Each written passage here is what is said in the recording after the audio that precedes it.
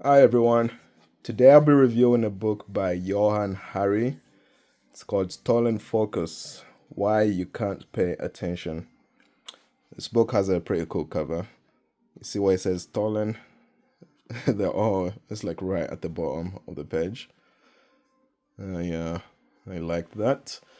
So in the book he goes through 12 causes of why you basically can't pay attention. Um, Although in this review, I'm going to be focusing on four of them that kind of resonated with me.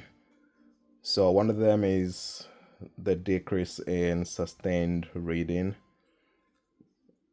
I don't know about you, but I've actually noticed this in my life as well. It's taken a while for me to finish a book. Even this book itself, it took me like 2 months to finish it. And usually, if I'm being good and actually focused, it'll probably take me at least less than a month to finish this. Um, of course, considering having work and other commitments. But basically, a lot of people can't even. I don't even think there's a lot of people that read books in like one sitting. Uh, I'm sure there's some smart people out there that do it, but a lot of us can't do that anymore. Um, it's like reading like for a long time, especially reading complex books. It trains our brains to think deeply and critically. But for a lot of us, we just find it easy to consume information in very short, bite-sized content, contents, bite-sized pieces or something. Yeah, or like social media posts, little reels or TikTok videos. Um, and this isn't just for like information purposes or entertainment purposes, I should say, but it does have a lot of implications about how we process information and make sense of the world. Um, because we're basically losing our ability to think deeply about complex ideas. Um, Another cause that he talks about is the disruption of mind wandering. So if you don't know, mind wandering is basically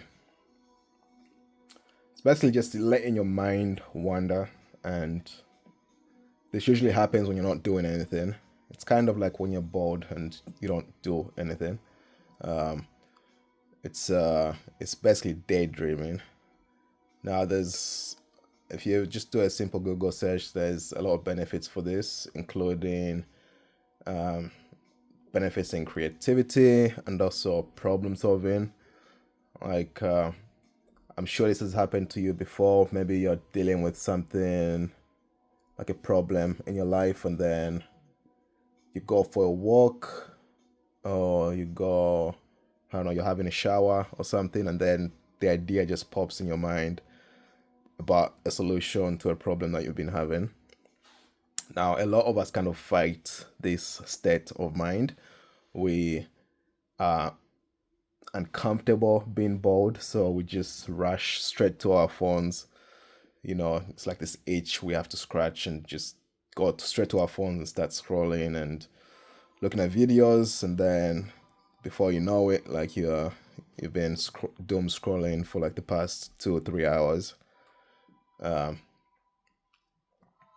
so again, he urges that this is something that is a cause of why we can't pay attention as well. Another one is probably it's kind of an obvious one, but it's the rise in technology that can track you and manipulate you. It sounds a little bit conspiracy, but there is actual truth to this. And in the book, Johann Harry travels around talking to like ex Google employees, like engineers who actually worked on making these apps or websites as attractive to consumers as much as possible, just kind of like hijacking our attention. um, you know, basically designing these apps to make them as addictive as possible to get as many clicks as they can to, make money or whatever. And yeah, so another cause is the increase in speed, switching, and filtering. So basically, multitasking. A lot of us think multitasking is an actual thing, but what you're basically doing is switching between one task and then moving on to another task. Like doing both things doesn't mean you're performing both tasks at a high level or at an even productive level. You're basically just, you're kind of, what's the word? Kind of limiting yourself, basically. Um, so like basically multitasking it's a myth. It's not really a thing. Uh, and we will be better off just like focusing on one thing and then moving on to another thing instead of multitasking. Um,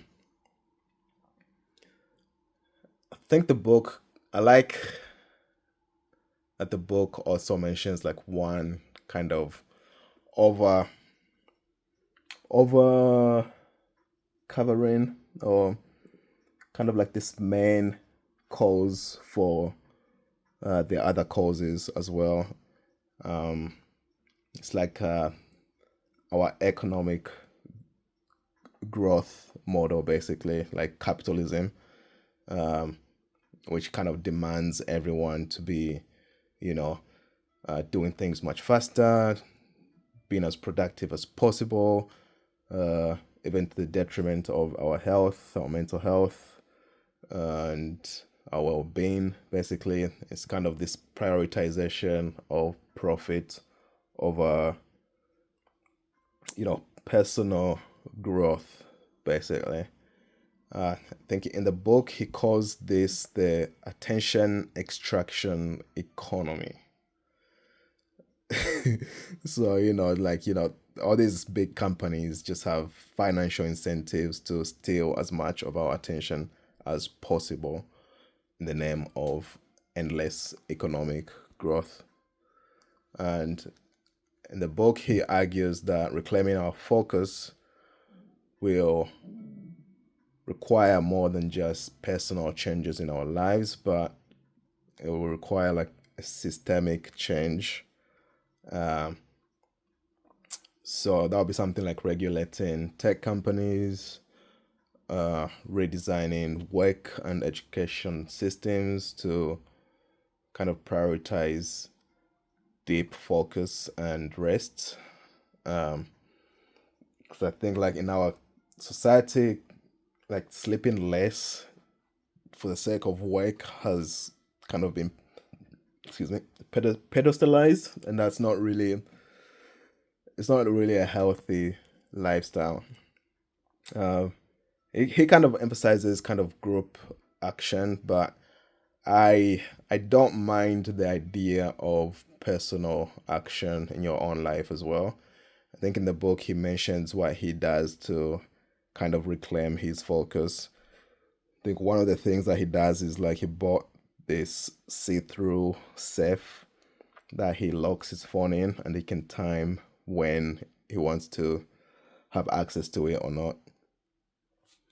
Um, I think things that other people that you guys can do as well, maybe what's been helping me is not going on social media before, let's say, 12 p.m. And then after 8 p.m., I just kind of switch off everything and try to read. Um, this is something that I've been trying now for a little bit, not always succeeding, but kind of,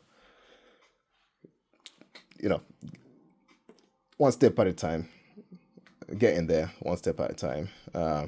But yeah, so this book, it's definitely a must read. Uh, it's not just a personal, you know, productivity book. It is about kind of reclaiming your own mental space and not being a slave to all this technology that is designed to rob our focus and attention.